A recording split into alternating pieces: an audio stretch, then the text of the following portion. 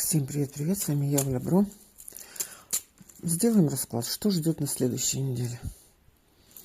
Что принесет следующая неделя. Смотрим на черную даму. Как всегда, мужчины переворачивают на себя.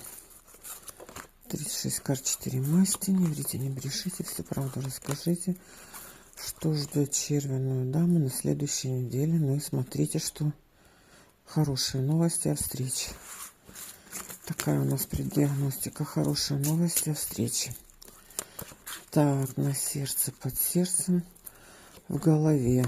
Встреча. Встреча в доме. Встреча с близкими. Так, были переговоры с кем-то в казенном доме. Было решение дел казенных.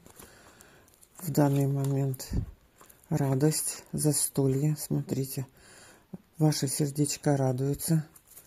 Ваше сердечко радуется. Смотрите. Деньги, документы, решение вопроса в голове. Так, по поводу чего? По поводу бубнового короля. Бубновый король.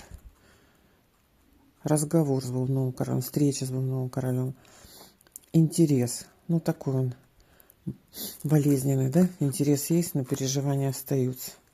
Что всему этому предшествовало? Что у нас в ногах? Злились на людей в казенном доме. Назовем это так, коротко.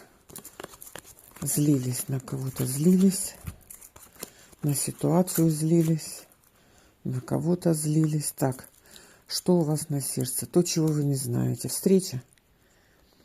Ну, быстрее всего для многих проиграется. Смотрите, тут встреча встречная. Для червяной дамы бубновый король. На сердце, смотрите. Радость, хорошие новости. Дороги, дороги, дороги. Или радости с дороги. Или радости о дороге. 3 шестерки. 3 шестерки. Так, что у нас тут?